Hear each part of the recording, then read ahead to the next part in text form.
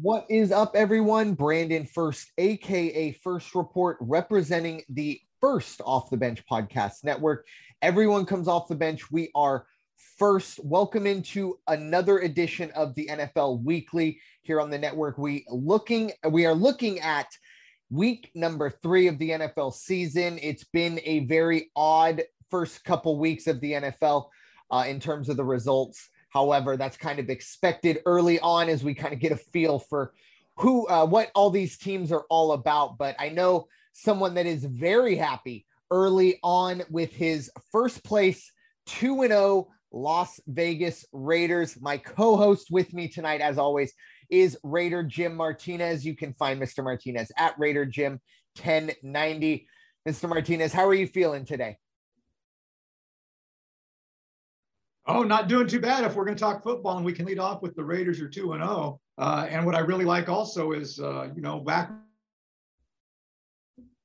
the AFC West and did our division, I made the statement, watch out for Denver. They're going to be more competitive than people think, and they're looking pretty good. Yeah. They definitely, in my mind, though, need to have sent a gift basket to those schedule makers because there's some early season. This looks like an SEC schedule. The cupcakes early on, and another one for them this week. But you know what? At the end of the day, ask New Orleans. Ask Pittsburgh. No disrespect to the Raiders, but it doesn't matter what's expected of you. It's what you do on Sunday. It's what you do in those 60 minutes. As for me, one of the greatest sports movies ever says, any given Sunday. With that, obviously, looking back, week number 2, a lot of surprises, not only against the spread, but also straight up, some upsets going on, things like that. Raider Jim, what were your thoughts as a whole for week number 2? Week 2 is kind of like places you had a nice big piece of very tasty cheese, and in other places there'd be these big holes, and the taste went away quick. So, and that's kind of what it was. I had changed some of my picks when I sent them to my buddy up in LA, and look, I mean, some of the ones that came through pretty good. I had told him, you want to take Baltimore. They're gonna take care of the Chiefs. They're definitely going to cover. And I said, I know it's going to crazy, but you want to take the Packers and grab a point and take the Packers minus 11.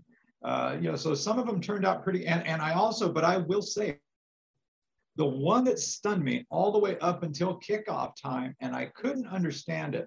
I understand it's a road game. I understand it's early, but for the odds makers to give the Steelers a 5.5, 6 point, minus 5.5, minus 6 against the Raiders after that week, after the Steelers performance week, and then what the Raiders did week 1 against Baltimore, I scratched my head on that. Some people have that theory. You never bet on your own team. Well, I'd say take on my team. And it was profitable. So all in all, I think it was great. There were some surprises. I thought Cincinnati was going to cover. I really did. I thought they would, they could get it done. I really believed they beat the Bears, and that just didn't happen. I also thought Miami would have a stronger game against the Bills, but who knew they would get the quarterback injury? And that is gonna not Miami this week. Yeah, and I agree. For me, it was I couldn't agree more with the stinky cheese or the smelly cheese metaphor anymore. It was, for me, the stinky part of it was the morning games. I had obviously early on, I was happy with the Giants. They covered that 3.5, obviously, not comfortably, but it should have been a win for the Giants, obviously, on that Thursday night. But that is Thursday night football at its, I don't want to say finest, but at its peak, we'll say. But anyways, it was a really rough start for me early on. I had over 47 in the Raider Pittsburgh game. That never hit. I expected Jacksonville to play better than what they did. That didn't happen. And then, of course, the over 48 in Buffalo, Miami, I had half of that figured out. I just, like you said, you can't kind of foresee a shutout in that fashion. Luckily, I had Buffalo on my fantasy team, so I guess I covered myself there. But the big, I guess, turning point was Cincinnati, a late kind of cover and it wasn't a cover. I had Cincinnati +3, but when you go 0-3 or 0-4, when you're staring 0-4 in the face in the morning, and you can get a late push, that felt good. And then that kind of spurred me on. The under 54 in the Tennessee Seattle game didn't hit, but I ended over 50 or under 55 with Dallas and the Chargers. And then I had Dallas +3.5.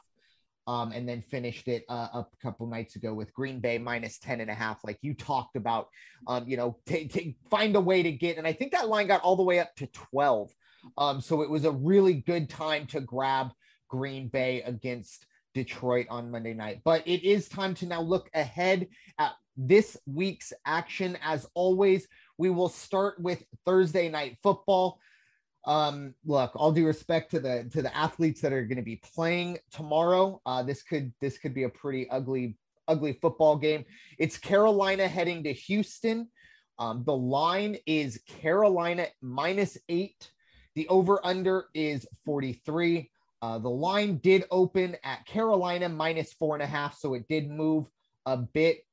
And then of course Tyrod Taylor for Houston will not play. It will be David Mills, who I don't think gives a whole lot of confidence to a ton of people in the Houston fan base. But Raider Jim, what are your thoughts? Carolina, heavy favorite, -8 on the road, Thursday night football. First I got to say this Tyrod Taylor just can't catch a break. And it's too bad. After week 1, I was like, good for him to come out there, come into that situation with Houston and do what he did. And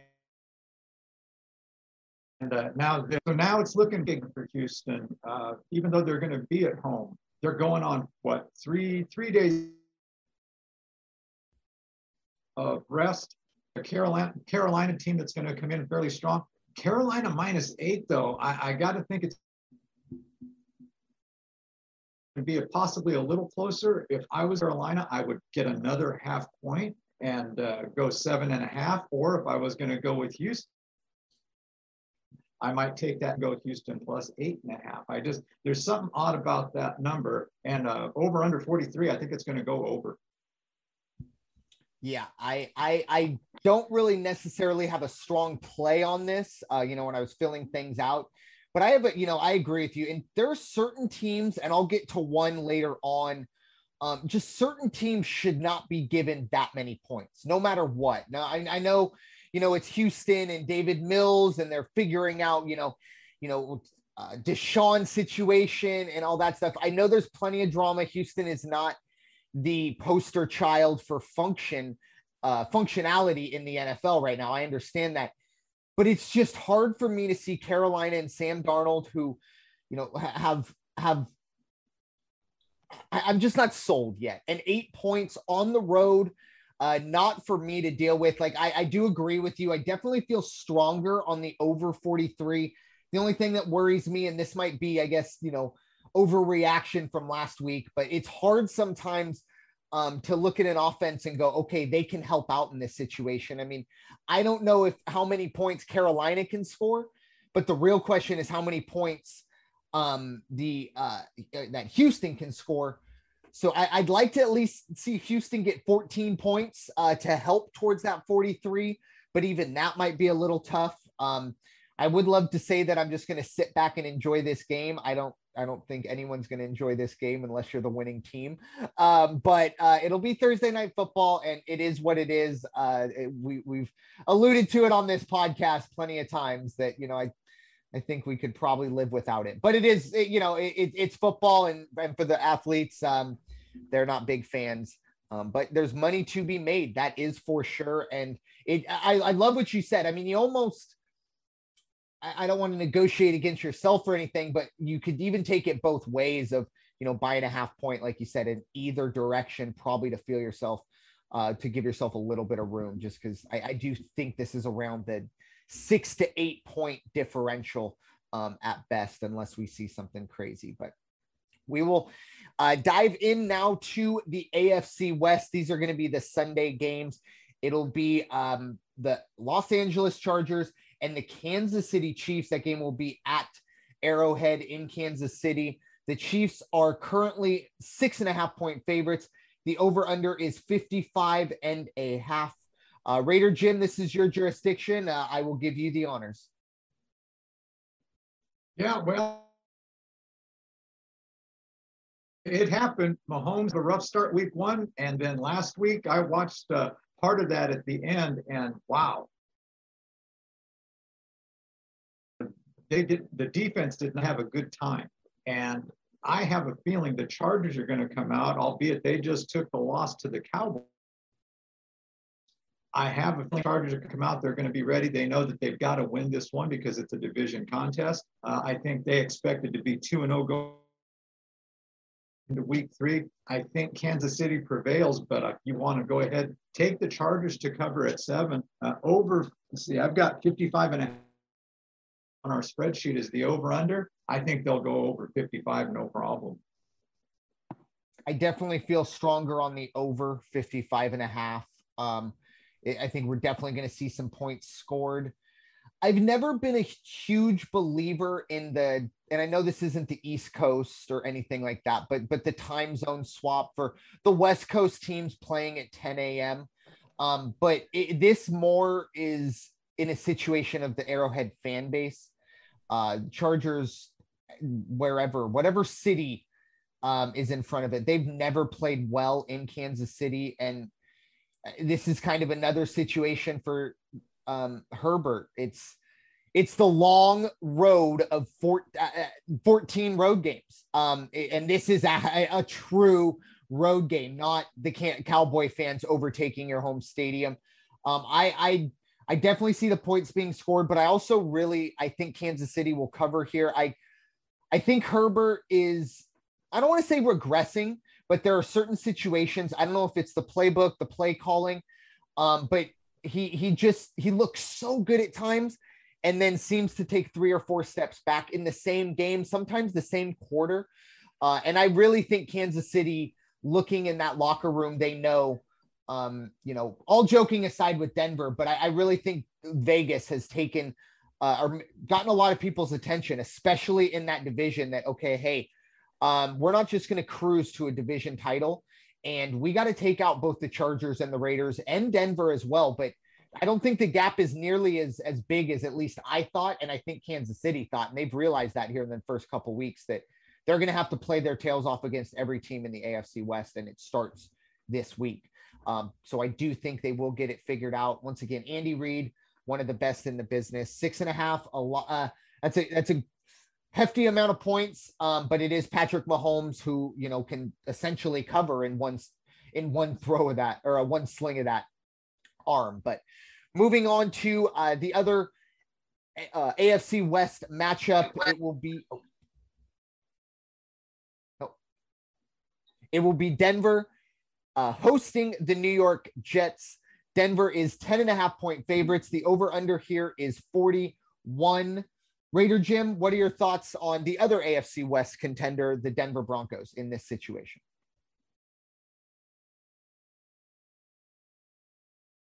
I don't know if it's just me in the last few years. It just seems these first 2-3 weeks of the season, some of the spreads are just giant.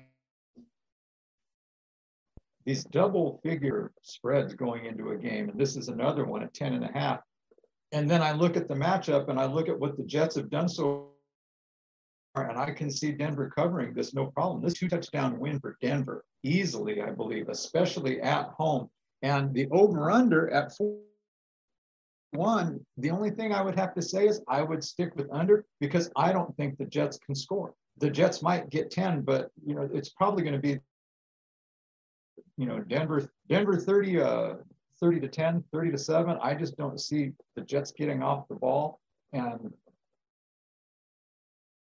chalk up another one. Denver's 3-0, and like you said, though, this is it's a pretty soft start for them.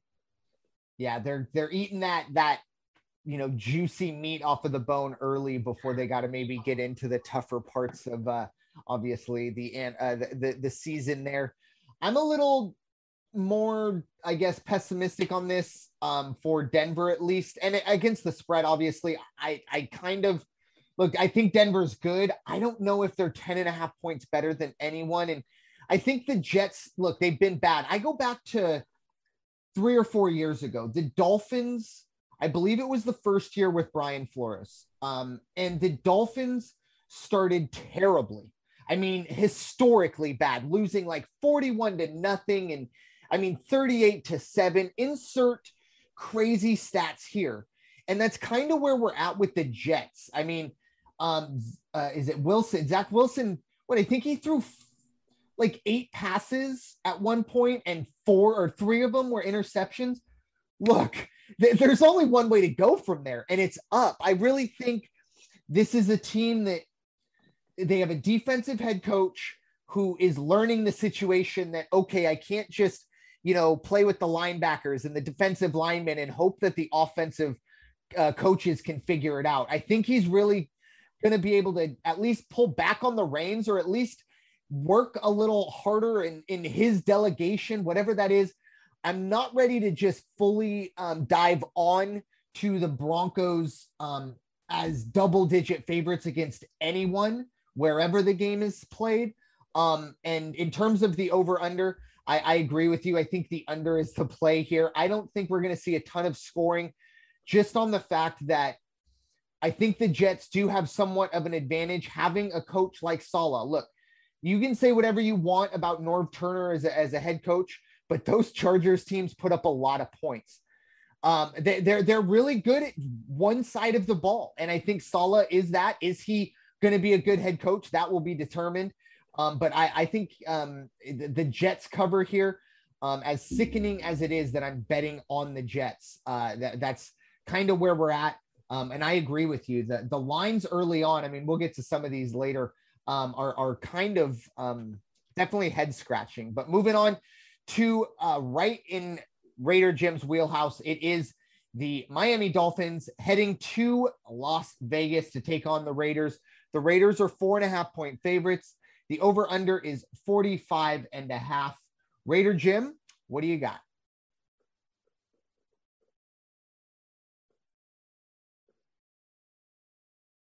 Yeah.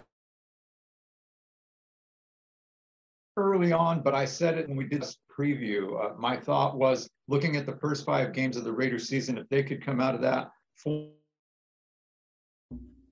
if they could come out of it, they were going to have good things happen for them. And this year, one of the things that's separating them already from the last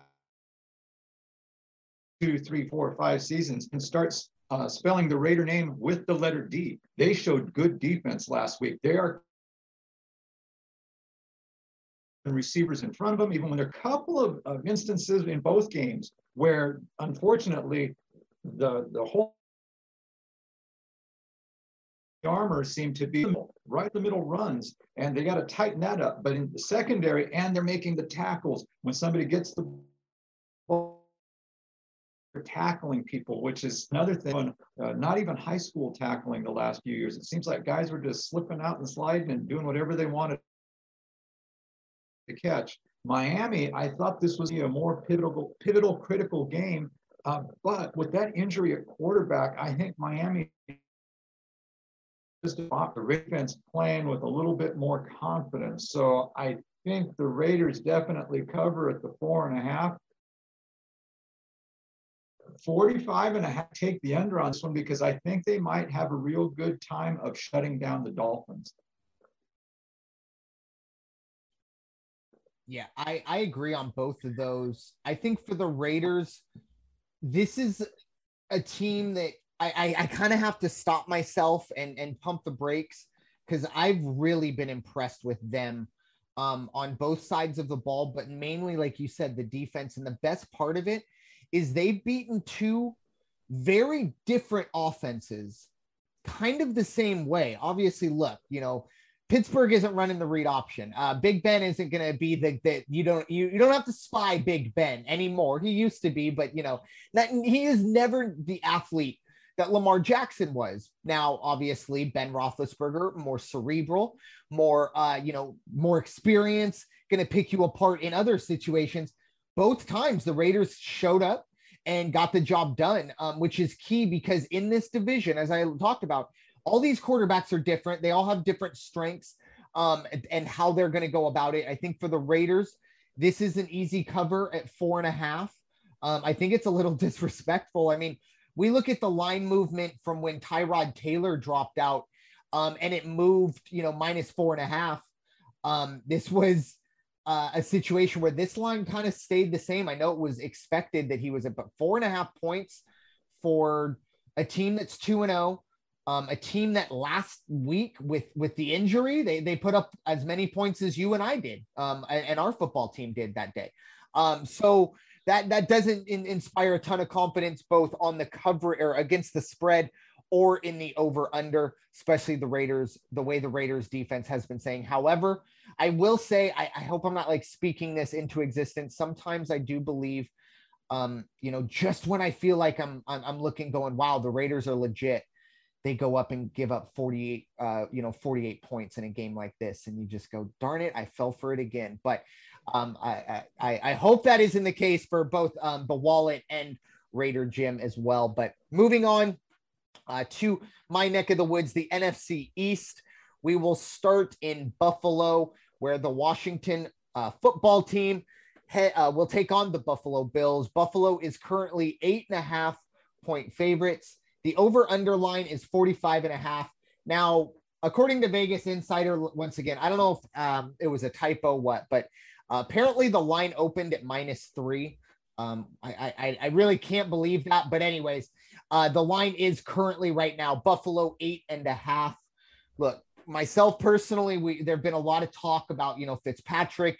Would they bring in Newton, things like that? Taylor Heineke looked really, really good, really comfortable, and kind of picking up where he left off last year in that, I believe it was the wild card game or the wild card round, whatever it's called, when they took on Tampa Bay, where they were the only team in the playoffs that had Tampa Bay on the ropes at one time. And a lot of that was the play of Taylor Heineke. A lot of that's the coaching of Ron Rivera. There's been a lot of, talk about, they're opening the game up a little bit more, which I am a fan of in terms of, a neutral fan. Now, as an Eagle fan, it kind of scares me. But if this team can make it to the playoffs over the Cowboys, I'm all for that. But anyways, Washington, I believe, gets a cover here at +8.5. It's only a couple weeks. I'm not trying to overreact or anything, but Josh Allen has really struggled, especially on the deep ball. So that's a concern. But once again, it is only 2 weeks. So you do have to kind of pump the brakes. But I think 8.5 here for a very, very good, talented Washington team. And then the 45.5. This is tough because both offenses can put some ball have the ability at times to put the points on the board, but you also have two really good defenses. It's in Buffalo. However, I mean, we're talking about September weather here. We're not going to have any inclement weather outside of maybe it being very humid or, whatever the heat is, the heat index will be. I'm going to take Washington 8.5. And then I am going to just take the under 45.5. Once again, I just think if Washington keeps it covers, then I think we do see a kind of a lower grinded out sort of game, which will obviously benefit Washington. But Raider Jim, what are your thoughts? Washington at Buffalo.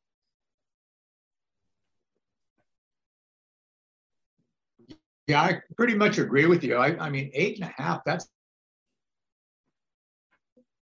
like a lot. Washington's played better ball than that. I think their defense is going to be fine, keep them in the game. Are they going to win the game? Probably not. Do they lose by 4 or 5? Maybe, but they're not going to lose by 8. So definitely on the 8.5, plus 8.5 or plus 9 if you want to grab the extra half for Washington. Football team, that would be a good thing. And I also agree with you. I think this is going to be more of a 2017 type of a game, 2014 type of a game. If Buffalo can win, they're going to, and by a touchdown, that's it. It'll be by a touchdown. But I don't see this a high-scoring affair. So for me, it's going to be Washington plus 8.5 or and the under 45.5.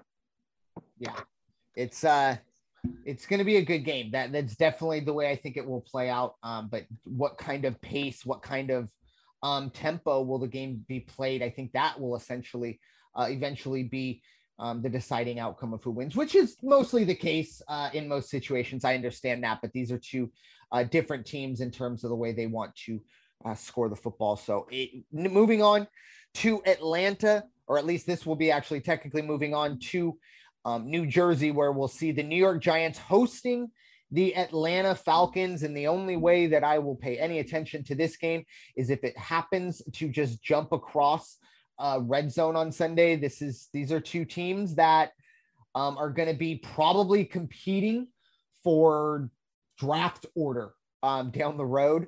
Nothing else. Two very bad football teams. Obviously, Thursday night, the Giants, it's the cardinal sin, right? You jump off sides after a kicker misses a field goal and gives them another chance. Especially you do that on national TV. It is the Giants, but Atlanta as well has their, we'll call them flaws in the matrix for them. So it is the Giants favored by 3. The over-under is 48. The over-under line actually opened at 43, which I wish I would have known, because I think you can get the over on that just because both of these defenses, I mean, no one on this field is particularly good in a single situation. Matt Ryan's past his prime. Daniel Jones is, you can have your thoughts on him, but he's average at best for the moment. And not a whole lot of other. Calvin Ridley has kind of struggled, but a lot of that's, I think, with the offense. If I'm held, if someone holds a gun to my head and makes me pick this game, I would, probably take Atlanta just because you're getting points. It's going to be tough to pick the Giants while having to give some points up. The over under 48. It obviously moved to past that magic number of 45, 46. So I might just stay under here because I do think both of these offenses will struggle at times.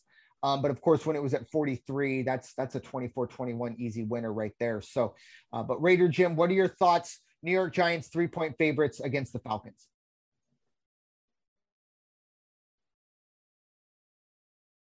Yeah, the Giants are just bad. They are truly a bad team, it looks like, this year. And I believe since 2017, they have the overall worst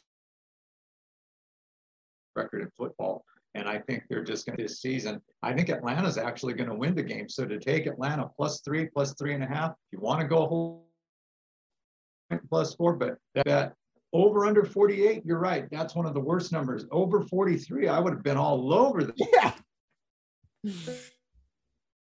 But not to be.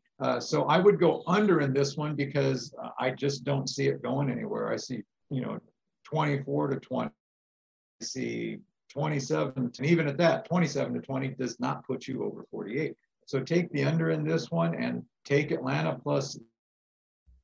If you want to add a whole point or it's not going to be a bad thing. Yeah. And this is a definite situation. I'm going to, if I can remember this coming Sunday or Monday night, to just maybe take a look at those very early odds, because, once again, if I would have done that, I'd already have a pick in for over 43. But you live and you learn. Moving on to, of course, Monday night, the big one for me, at least personally, it will be the Philadelphia Eagles heading to Dallas to take on the Cowboys. It is Monday Night Football. Dallas is 4-point favorites. 52 points is the over-under. Going back to last week for the Eagles, obviously, take on a very good San Francisco 49er team. I felt the Eagles had a really good chance to win that game, at the very least cover. However, it just wasn't meant to be. And I think, if you're going to find some chinks in the armor of Jalen Hurts, it's the shrinking of the field. And what I mean there is, on his own 30, when he's got 70 yards to play with, he can have a lot of fun with it. When he's in the red zone, when you got to be a little more precise, the windows are, tighter. Everything's kind of smushed because you, of course, have the back of the end zone. You can't just air it out over the top. That's where they're going to have to improve. And my biggest thing, I've never been someone that jumps on a coach for going for it on 4th and goal. I really am not. I never will be, because you know what? Take the points. It's worth it. It's pretty much, an extra field goal. If you can get that touchdown in. Now, obviously, if the situation dictates it. However, in certain situations, Jimmy Garoppolo and the San Francisco 49ers are not a team that I look at and go, oh my goodness, whenever we're in the red zone, we better get 7. That just doesn't. You can field goal kick this team to death. And it's not the funnest way and not the best way to get it done. I don't hate it. I'm not already on the fire Nick Sirianni trade by any means, but I do think that if maybe they kick that field goal early on, I mean, I think they're the first team in NFL history to complete a pass of 90 yards or more and not score any points on that drive for, obvious reasons.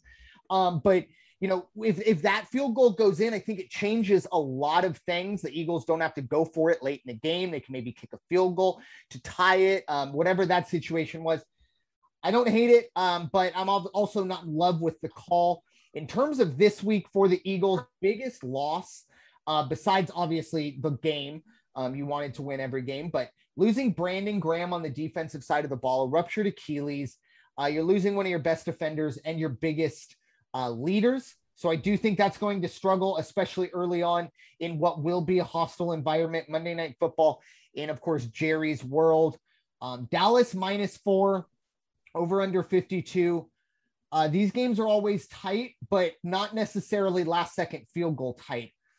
This is tough. I'm not going to bet this game just because, I'm already going to be a ball of emotions. I might do what I call an emotional hedge. And if you're listening for one of the first times or you haven't heard me reference it, it's essentially, maybe parlaying Dallas money line and then some other money line so that, look, if the Eagles do lose, at least I make a little bit of money. I call it an emotional hedge. So we'll see how that goes. But in terms of the over under 52, I've been impressed with the Eagles defense. And even against the 49ers, they really stuck it out. They late in the game, they kind of got wore out, kind of that bully mentality from San Francisco. I like the under here. It's Monday night. I think we're going to see a bit of a more cagey affair early on, but we'll see how that goes. Like I said, I'm not going to go too deep in terms of the betting on this one. Just sit back and bite my nails for my own personal reasons. But Raider Jim, what are your thoughts? Philadelphia at Dallas. Yeah, I did think Philadelphia was going to pull it out last week. I was kind of surprised when they didn't. That was a tough one. And on the other side of that, Dallas played a fairly decent opening week game. It was their defense that couldn't hold. And when the defense, that's how they ended up losing. Last week, everybody expected them to not do quite as well as they did against the Chargers, which is come away with the victory, but they did. They did that on the road. So this does stack up. Everybody gets 3 points because they're playing at home. They're still saying that even give them one more point, give them the -4. I do think Dallas will cover. Unfortunately for you, for my buddy here, I have to say it. Dallas is probably going to cover that 4 points, but I think it's going to go under. I don't see it to be a high-scoring game at all.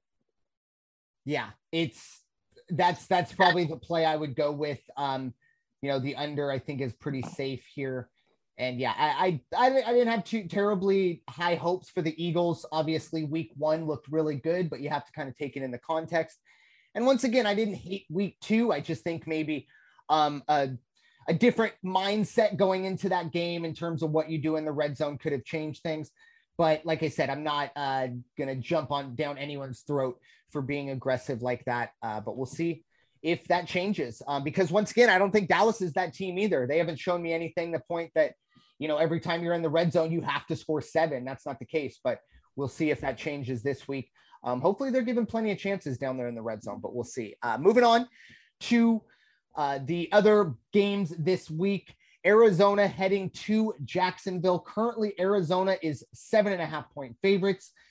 52 points is the over-under.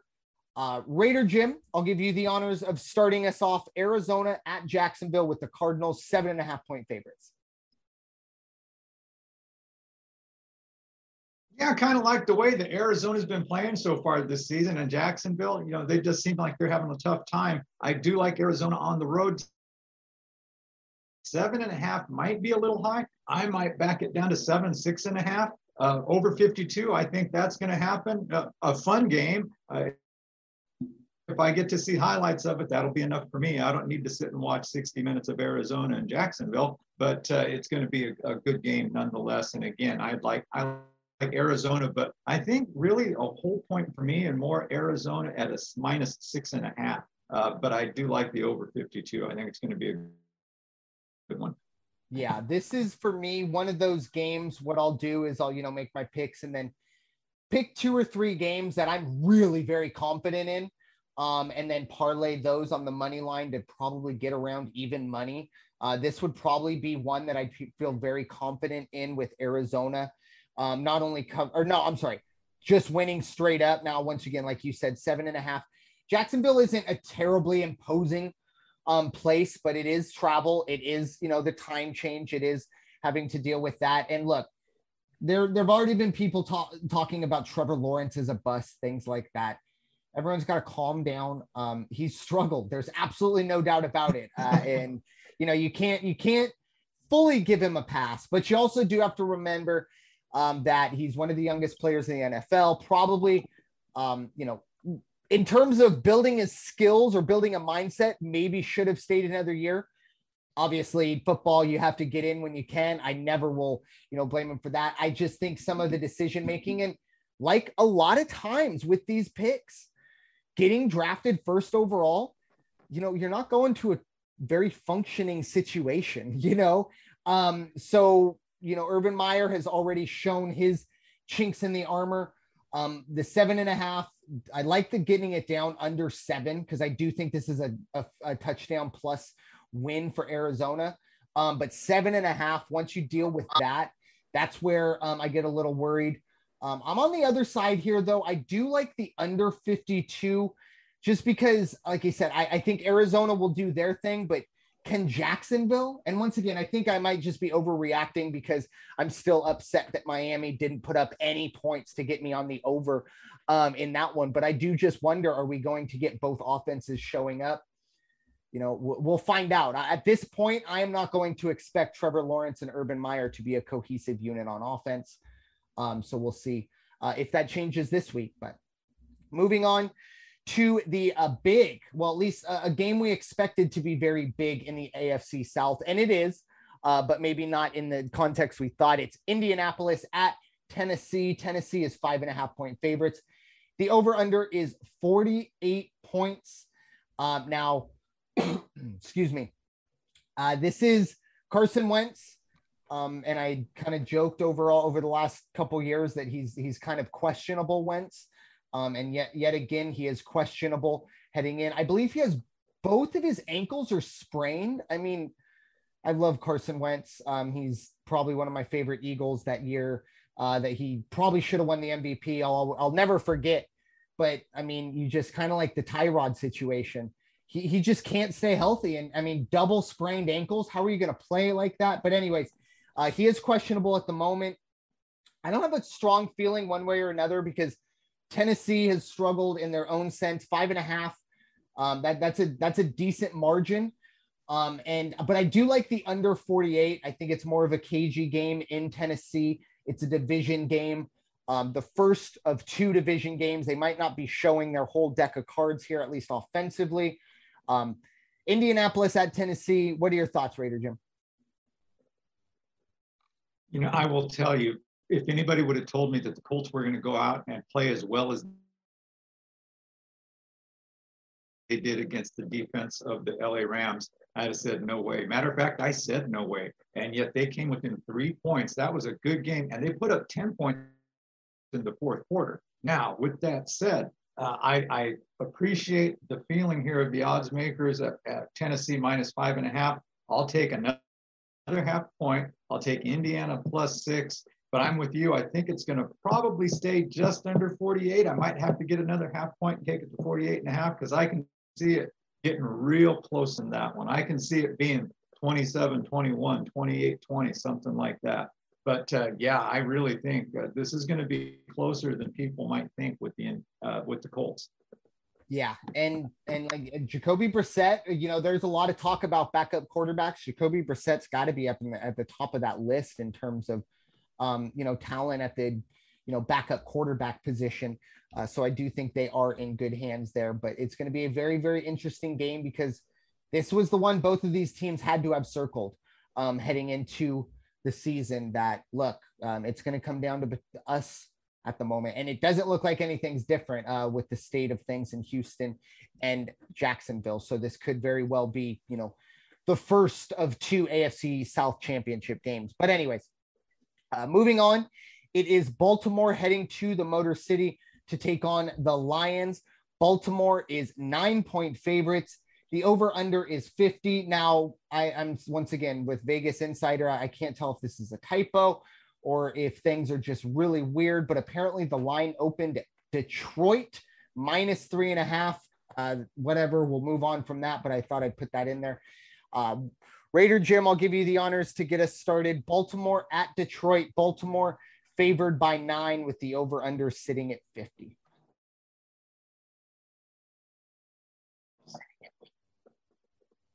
That would be yes, Baltimore -9, and yes, over 50. I mean, there's not much more to say about this game. Detroit has just been abysmal.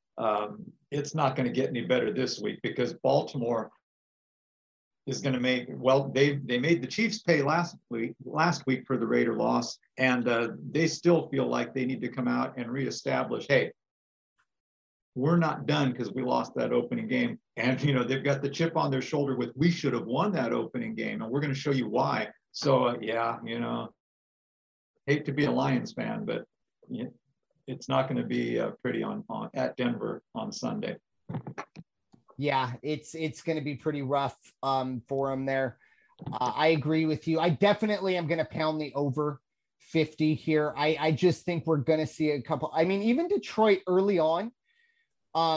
This is a team that has a solid game plan going in, but then no adjustments. I mean, what it was 21-17 and a half or 17. I mean, they put up 17 first half points. Now, I don't know if they put up any more, whatever that was, but Detroit, at least early on, I think when they can go out there, when there's somewhat of an air of unknown of what they're going to do early on, they can put up some points.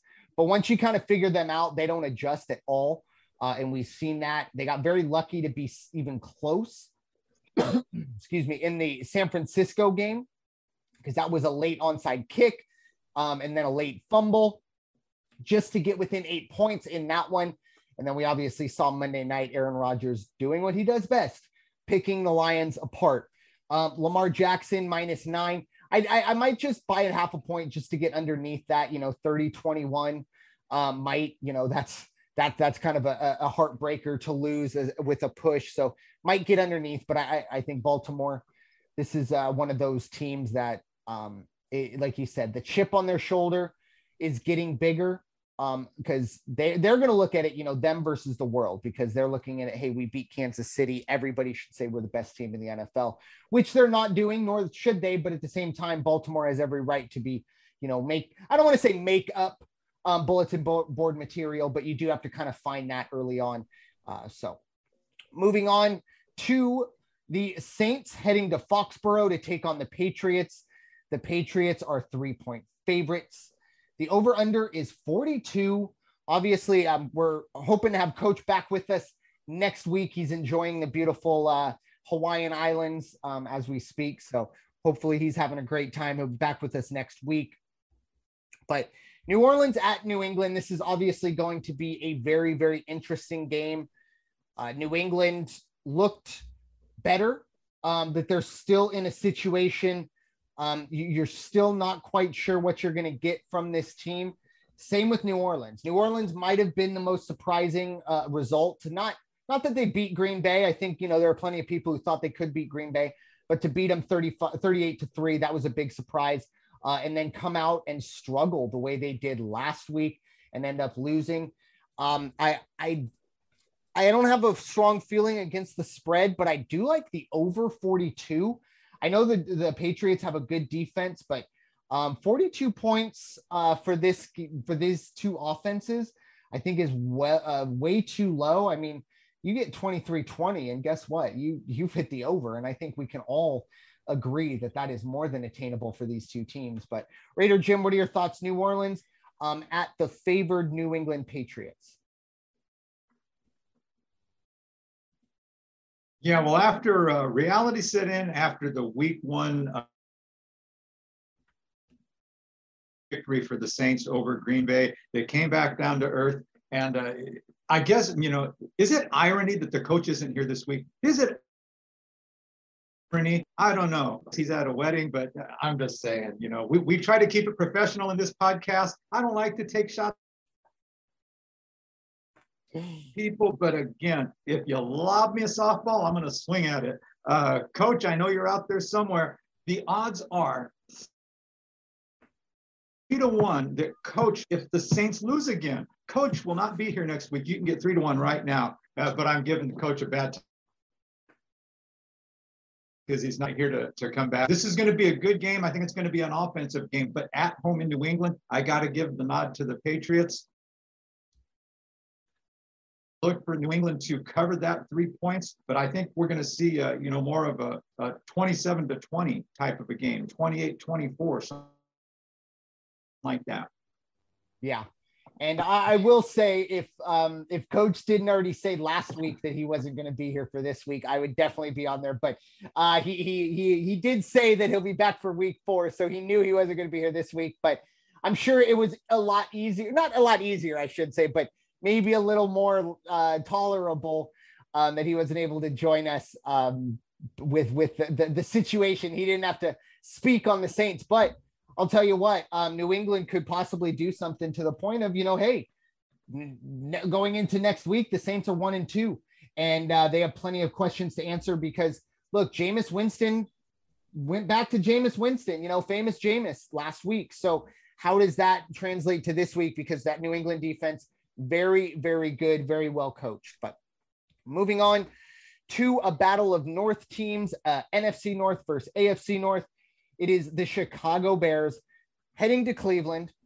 Cleveland was 7.5-point favorites. The over-under is 47. Here's another odd line opening, apparently from Vegas Insider. Apparently the line opened Chicago -3.5. But anyways, Cleveland is -7.5. hosting the Bears. Raider Jim, I will give you the honors here. Bears at Cleveland. Yeah, I do like Cleveland,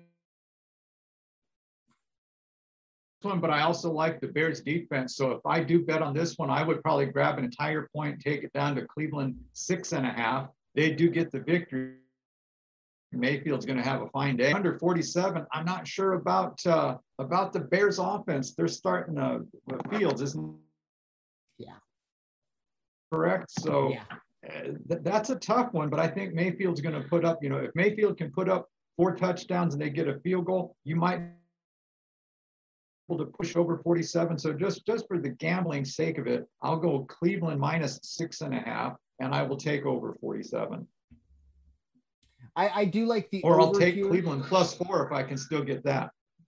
Yeah, definitely. Right. That's pretty crazy. That's what I mean. You got to dive in right when these games end, because I don't know where some of these opening lines are, but you could make a lot of money apparently on these very early opening lines. And yeah, it's a bit of a head scratcher. I don't know what they consider the line opening at. I mean, unless maybe when the schedule came out technically from there, or we're talking Sunday night.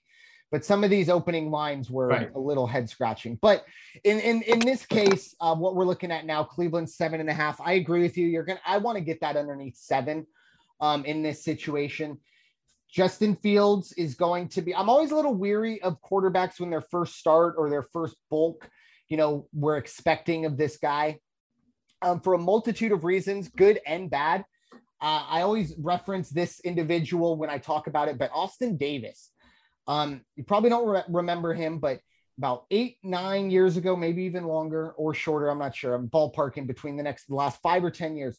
He was a quarterback and probably third string for the Rams, and nobody had any tape on the kid. He went on to have 2 fantastic games. They're saying this is the next Kurt Warner, from obscurity to stardom. The minute they got film on him, then all of a sudden it's back to normal, or back to, oh, okay, that's why he's the third stringer. So that's what I kind of mean here. Obviously, there is a lot of film on Justin Fields in college, so you're not, having to, scratch your head as to who this kid is. However, I think defensive coordinators, they're always a little weary when they're facing someone or seeing someone for the first time. We'll see how that goes. It's going to be very tough, but I do like over 47 here as well. I think we are going to see some points scored. I think Justin Fields is going to be a good quarterback. Is he, the heir apparent to take the Bears to the Super Bowl? I wouldn't go that far, but I do think he will be a very good, serviceable quarterback. And I think, essentially it starts this week. So best of luck to him. And definitely best of luck to getting over that 47 for both of us. But moving on to an all AFC North matchup, it is the Cincinnati Bengals at the Pittsburgh Steelers. Pittsburgh, 3.5-point favorites. The over under here is 43.5. Look, I am in love with Pittsburgh minus 3.5. Obviously, Pittsburgh showed a little bit of struggles the first half against Buffalo week 1, and then really the whole game for this team against the Raiders. But I haven't really been terribly excited about what I've seen from the Cincinnati Bengals, especially Joe Burrow. Seems to be the decision making seems to have struggled a bit. It is early, I understand that, but I also understand that Pittsburgh is a much better team here, and 3.5 points for me. Pitts. I mean, look, we've mentioned it before.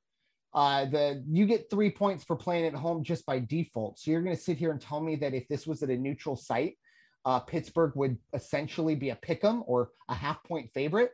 I'm not buying it, but I am going to buy Pittsburgh minus 3.5. But Raider Jim, what are your thoughts?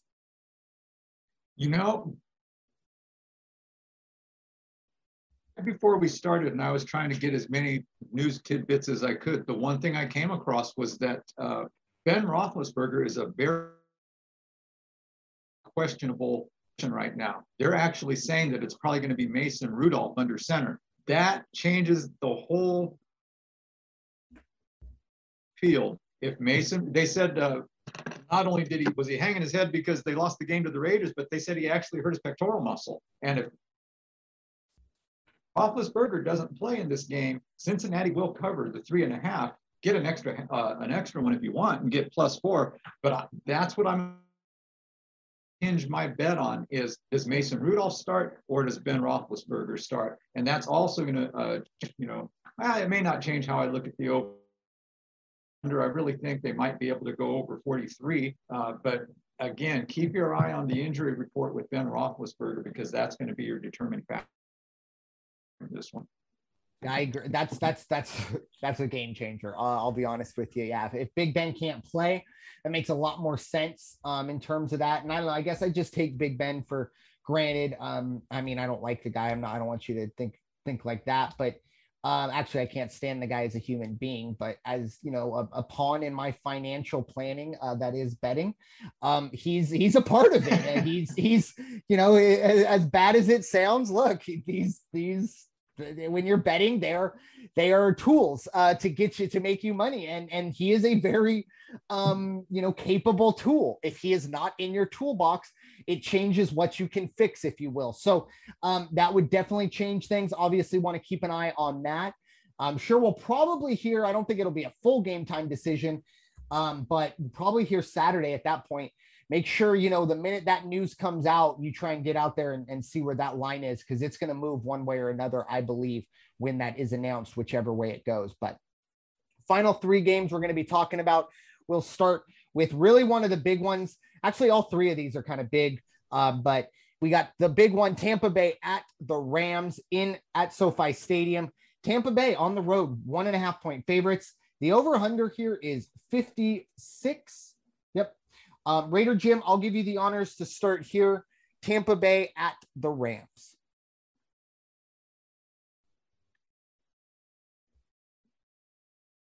Yeah, after last week, and as I alluded to, when the Colts were able to put up the points they did not beat the Rams, but they put up the points, and they did so late in the game, 10 of those points. So I think we're going to see something similar, even though they are at home. And it already tells you Tampa Bay's on the road, and they're the 1.5 point favorite. I'll take Tampa 1.5, or I'll take Tampa Bay money line. The over under 56, it should go over. I don't see anything about that. Tom Brady is going to be without one of his weapons, it sounds like, because Antonio Brown has COVID. But he's got plenty of other weapons. Yeah, I agree. I actually like the under here. However, I like Tampa Bay minus 1.5. Begrudgingly, Tom Brady still got it.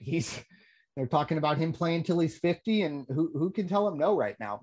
He's I think leading the league in pretty much every passing category. And he is who he is. So until something changes, and I only have to give up 1.5 points, or I honestly believe it'll probably be closer to a money line at this point. I'd hate to, 20 to 20 to 19, 23 or 24, 23. And you can't get it. So we'll see how that goes. But I do like the under 56, just because I do think both of these defenses are going to kind of, I don't want to say show each other up, but they want to prove that, look, which defensive line is best, which secondary is best, which linebacking core is best. It's going to be kind of a game within a game for those guys, because I do think these are two of the top 5 defenses in the league. It'll be very, very interesting, though, because this is a situation in LA. The Rams, I don't think, have the same problem the Chargers do, because obviously the Rams are still kind of an original LA team in that sense. But there are going to be plenty of those, Brady fans that'll show up with their Brady jerseys in Tampa Bay to probably get it closer to 50-50 in terms of the fans there. But I do like Tampa Bay minus 1.5. But I will go the under 56, just because I think both defenses are kind of out to prove something to each other, or at least to each other's defenses and the other defenses around the league. But moving on, Seattle heading to Minnesota. The Seahawks are 2-point favorites. The over-under here is 55. Raider Jim, I will give you, I'll take the first one on this one, because I just gave you the honors last time. But Seattle, obviously heading back east to Minnesota. Look, only 2-point favorites. I've not been impressed with what I've seen from Minnesota. It's going to be a tough year for them. They have some weapons, obviously. I really like Seattle to cover the 2 here, 55.5. I'd probably take the over here as well. Both defenses are not, 5 years ago, these are 2 of the top 5 defenses in the league. Not so much anymore. Seattle's defense is better than Minnesota's, but not the Legion of Boom days. And Minnesota, they're going through a rebuilding phase. No matter what they say, it's a bit tough for them. But I like Seattle to cover the -2. In terms of the over/under, not in love with that, because it is a high number. But I could very well see this game going over 55.5. But Raider Jim, what are your thoughts? Yeah, I agree with the over on that one, over 55.5. Seattle, even though they're on the road, I will say the one thing that is surprising is Titans put up 21 points in the second half against Seattle, which was real surprising. On the other